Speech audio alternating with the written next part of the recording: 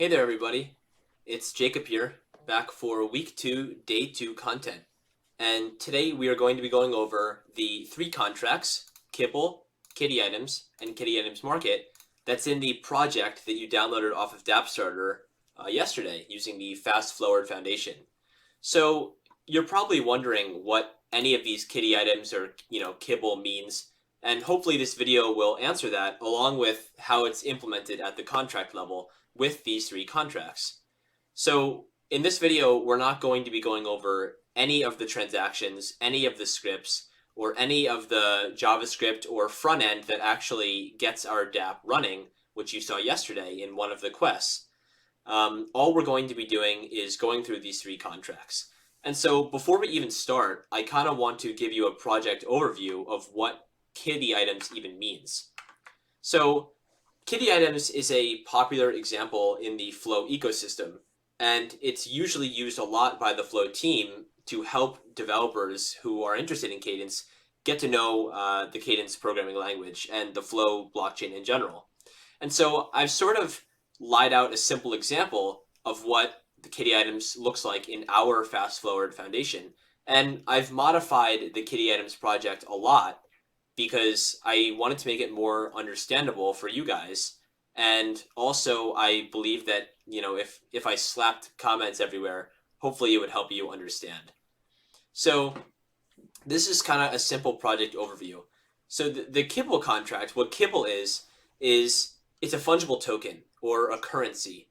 And we are going to be using this Kibble in our marketplace. So our marketplace is going to be selling kitty items. And the way that we will buy kitty items is with Kibble. So you can think of Kibble as the sort of currency or money, and kitty items is like the value or the item that we will be buying and trading back and forth. So if you think back to the picture example with Morgan last week, you can think of kitty items almost as the picture resource, and we will be selling the kitty items on the kitty items marketplace. So to kind of go over these a little more in depth, Kibble has 2 main things: a vault resource, which holds Kibble, and a minter resource, which mints Kibble. And we will go over exactly what these 2 mean. So you'll notice that there's no like Kibble resource or anything like that. Kibble is represented simply by a UFIX64, so a number. And it's passed around in vaults, and we will go over this in a second. So kitty items, which are the marketplace items or the value here, has 3 main things as well: an NFT resource that represents a kitty item, so we will use NFT and kitty item interchangeably; a collection resource that holds kitty items or NFTs, so it stores NFTs; and then an NFT minter resource that mints NFTs, so this will mint the kitty items or the NFT resource. And then lastly, this is our marketplace, the kitty items marketplace contract. And this has 1 main thing, and it's called a sale collection resource. And this sale collection resource holds a dictionary that maps an NFT ID to the price for that NFT. So what this means is it'll map an NFT ID that's probably defined in this resource right here, and it'll put a price of Kibble, so the amount of Kibble it will take to buy that. So it allows users to purchase from this sale collection by providing enough Kibble. And when purchasing, the contract looks into the NFT owner's NFT collection, so this right here, takes the NFT out and gives it to the buyer. So this is a simple project overview of what kitty items looks like. So let's actually dive into the code and see how this is implemented. First, we're going to be looking at Kibble, which is the fungible token. And to start off, if you remember from the contract interfaces video from yesterday, the reason why I wanted to go over that was because of stuff like this, where you can see that Kibble is implementing the fungible token interface. And you can actually find that online. If you go to the Flow team's GitHub page, you can find the fungible token interface defined. And so this is just making sure that our Kibble meets the fungible token requirements. So to start off, there's, a bunch of events here, and we won't go over these too in depth, but all these are doing is, sending out events to our client when stuff like this happens. So when we initialize tokens, or when we withdraw tokens from our vault, or when we deposit tokens into our vault, maybe when we create a minter, these are all events that will get broadcasted. And so this isn't too important, but in your implementation, you will have to emit these events, but I've specified where you have to do that, and we will get into that soon. So you've probably seen events, and this is just what they are in the Kibble contract. Next, we have a bunch of named paths, and I want to kind of skip over this for now because I will come back to this in a second.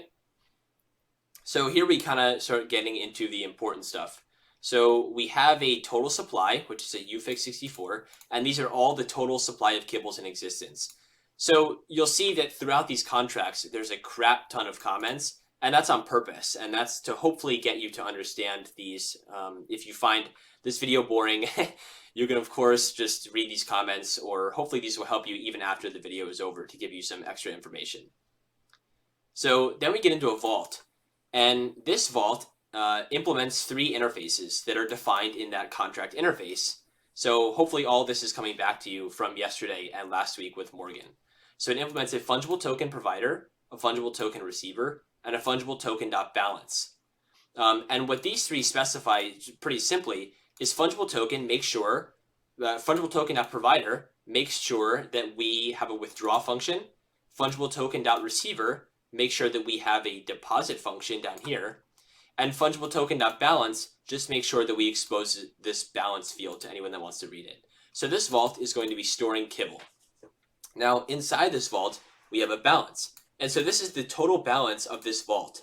So this number right here represents all the kibble that's in this vault. And, we can initialize, when we initialize this vault, we're just going to set balance to, whatever we pass in as balance here. So then we go down to withdraw. And this is one of the functions that you actually will have to implement in today's quest. So to make it easier for you, I've put comments here, and also I've put comments here describing exactly what you'll need to do. So for example, this says to do, delete the line below and implement this function. So you will delete this line, and then you're just going to go through each of these, and for each one of these comments, write the line of code. And so each one of these comments is only one line of code so that you don't get confused. So if you find yourself writing a bunch of code here on multiple lines, then you've done something wrong. It only takes one line of code for each comment. And so hopefully that will help you go through these examples much easier. So next, we have a deposit function. And this deposits a fungible token.vault into this collection.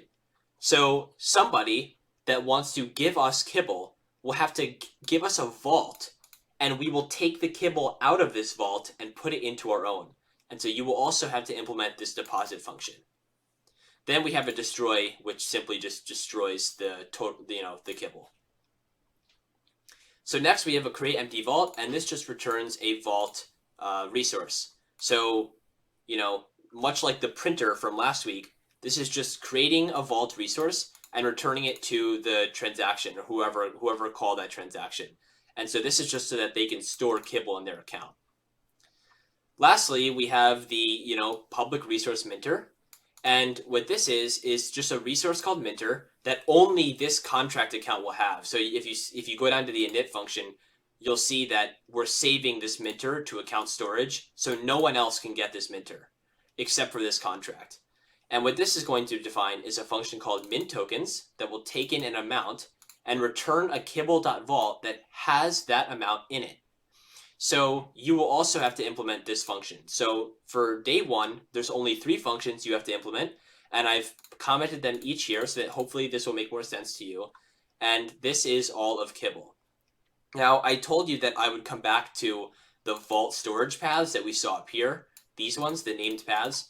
And what these are is these just defines paths that we can set as variable names so that in our transactions, we don't have to write /storage /help, or we don't have to write /public /I love Cadence and Jacob so much. No. So instead of this, all we have to do is just define a vault storage path, and then in our transaction, we can just say, kibble.vault storage path. And this will act as, this will act in place of this. And so that is a little helpful because it makes things more clear. So, we define total supply to 0 because there's no kibble initially. We save a minter to the account storage, and we emit tokens initialized. And that is it for the kibble contract. So you can pause the video here maybe go over what I just said again, read the comments here, and hopefully this will make more sense. Now, I know I'm throwing a lot at you, and this is going to take a long time to understand, or for some of you it may be quicker, but for some of you it may take longer, and that's okay. But the point is that during this week, we will go through this contract together and these other two, and hopefully, learn more and more as we go on. So let's go to kitty items now. So kitty items is not a fungible token. It's a non-fungible token. And if you've heard of NFTs on the blockchain, they're essentially just, piece or like values or objects that are completely unique. And this is why Cadence is so perfect, is because resources represent things that are unique. So our kitty item will implement the non-fungible token contract interface. And you can actually see that if you go to this flow folder right here and go to non-fungible token, you'll see that I actually showed this in yesterday's video with non-fungible token contract interface. But you can go through this and see all of the things we've defined in this contract interface. And this is defined by the flow teams themselves. So that if anyone wants to have a non-fungible token, they have to use this contract interface. And so we've done this for kitty items so that it's a true NFT. So in this contract, you can see we have a bunch of events here that I won't go over because this is relatively simple. Named paths, so similar to the Kibble contract. And then we start getting into the weeds here. So total supply is a UN64. This is the total number of kitty items that have been minted. So if we mint 3 kitty items, this total supply will be 3. We then have an NFT resource, so a public resource NFT, and this implements non-fungible token.inft. And if you don't understand this part, then I suggest going back to the contract interfaces video, because we did a very, very, very similar example to this before. If we go to non-fungible token, which is the contract interface, you'll see if we scroll down, it says a public resource interface INFT, and then a resource NFT that implements this INFT, and this has an ID field. So if we go back to kitty items, you'll see this exact same thing here, where we had to define the NFT that implements non-fungible token.inft, and it has an ID field here. So we've also added our own thing, which is a type ID. And so when we think of a kitty item, think of, hats or gloves or maybe a sword or a shield or boots or whatever it may be that we would put on our kitty. And so this whole example is coming from CryptoKitties, if you've heard of that. CryptoKitties was an old Flow project where people bought and sold kitties. And so this is just an extension of that, where it's unique items we can put on our kitty. And so that's what these type IDs represent. So then we have a public resource interface kitty items collection public. And, this part is really referencing Morgan's video from last week where we went over resource interfaces. And this just allows collection to implement this interface. And so this is saying that collection must have deposit, get IDs, borrow NFT, and borrow kitty item, which has a post condition on it, saying that the result, cannot be, or the result must be either nil, or the result, that ID must be the ID that we wanted to read. And so this is similar to what we were looking at yesterday during contract interfaces as well. So in our collection, we have owned NFTs, and this maps to the ID of an NFT to the NFT itself.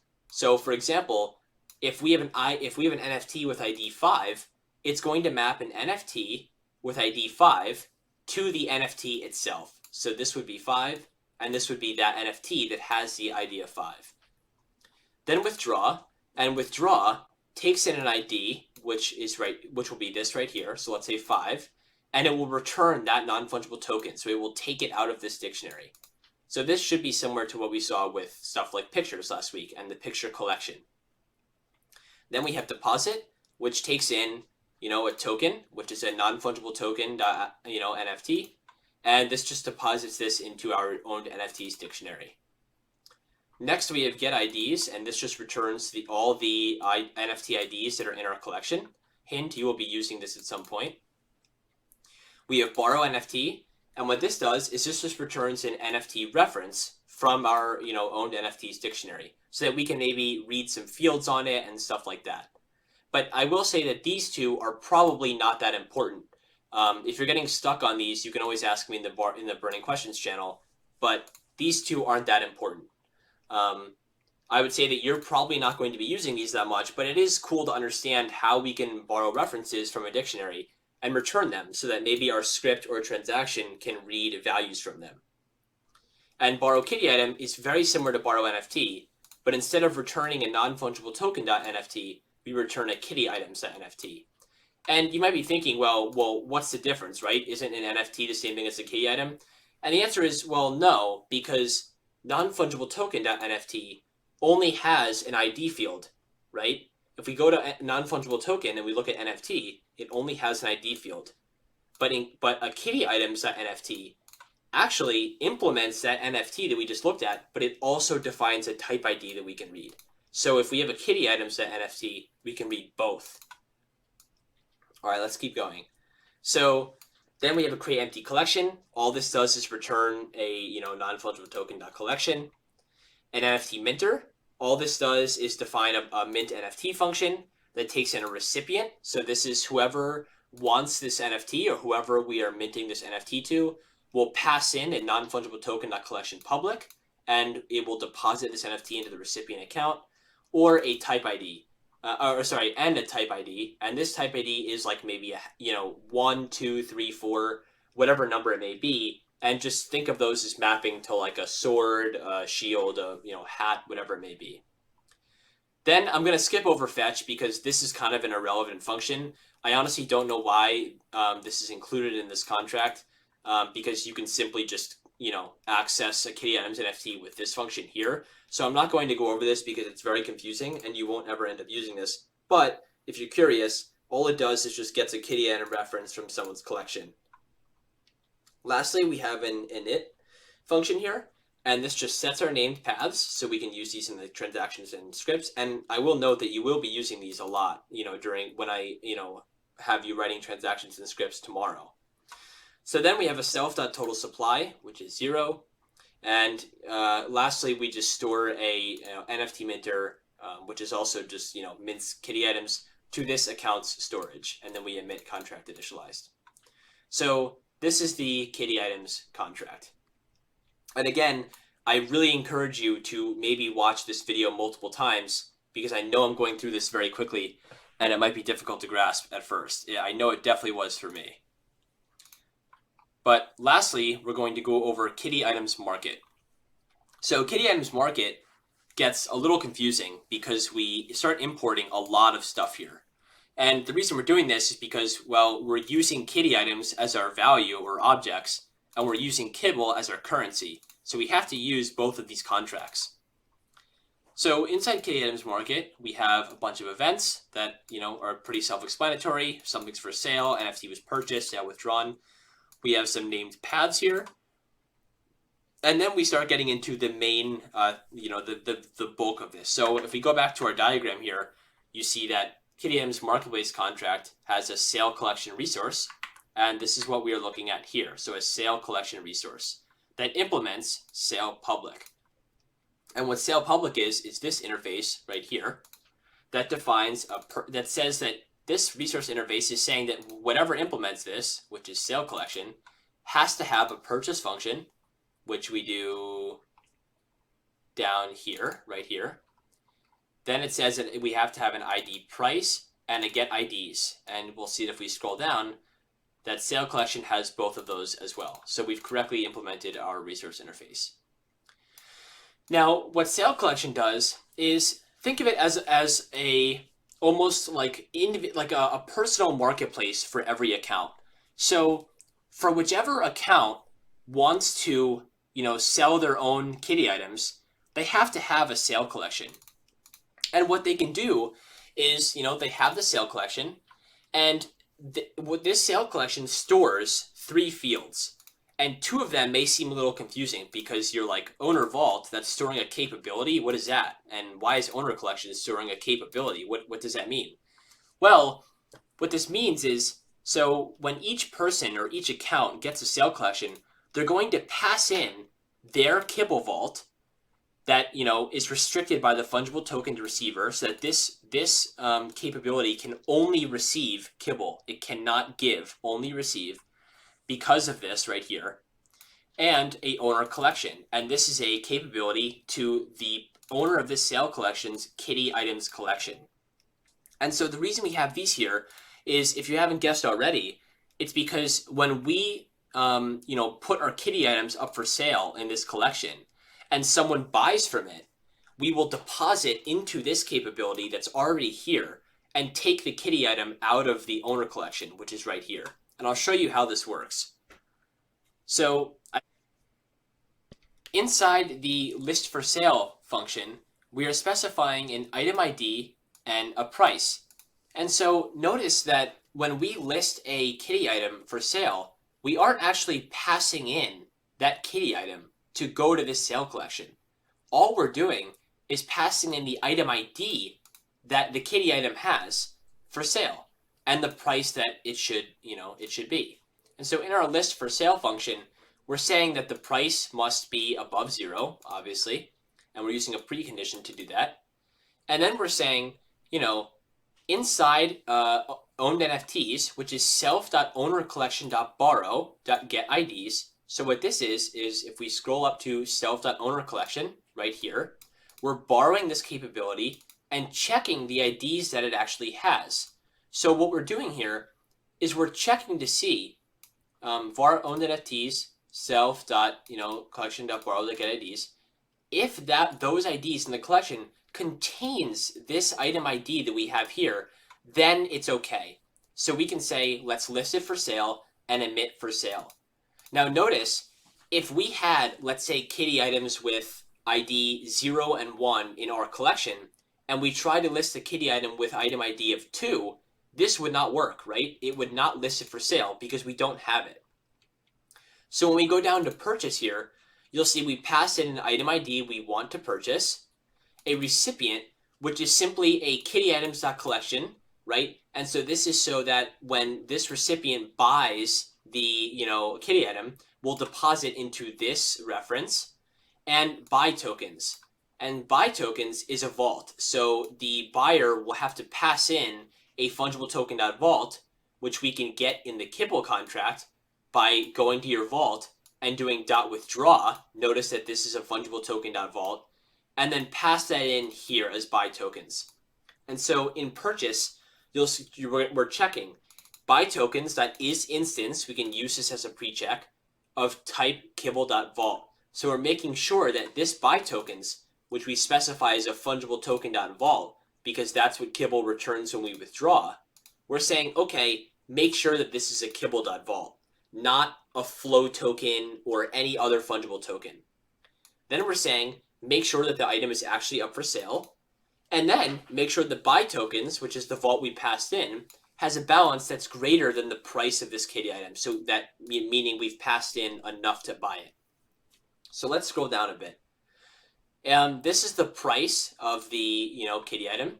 This is the vault ref. So we're borrowing self.ownervault.borrow. And what's owner vault? Let's scroll back up. Owner vault is the owner of the sale collection's Kibble vault, so that we can deposit the buy tokens into here. And let's see that happen. So vault ref.deposit the buy tokens, and then we're going to remove the kitty item from the person's collection. And so this is very crucial.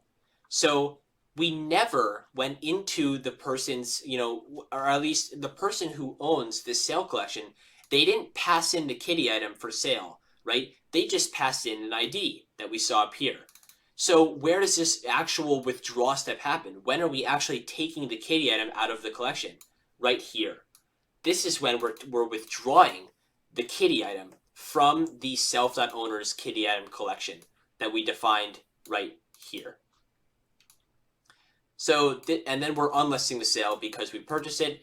And also here, we're depositing this token, or this is also a kitty item, into the recipient's NFT or kitty items collection here.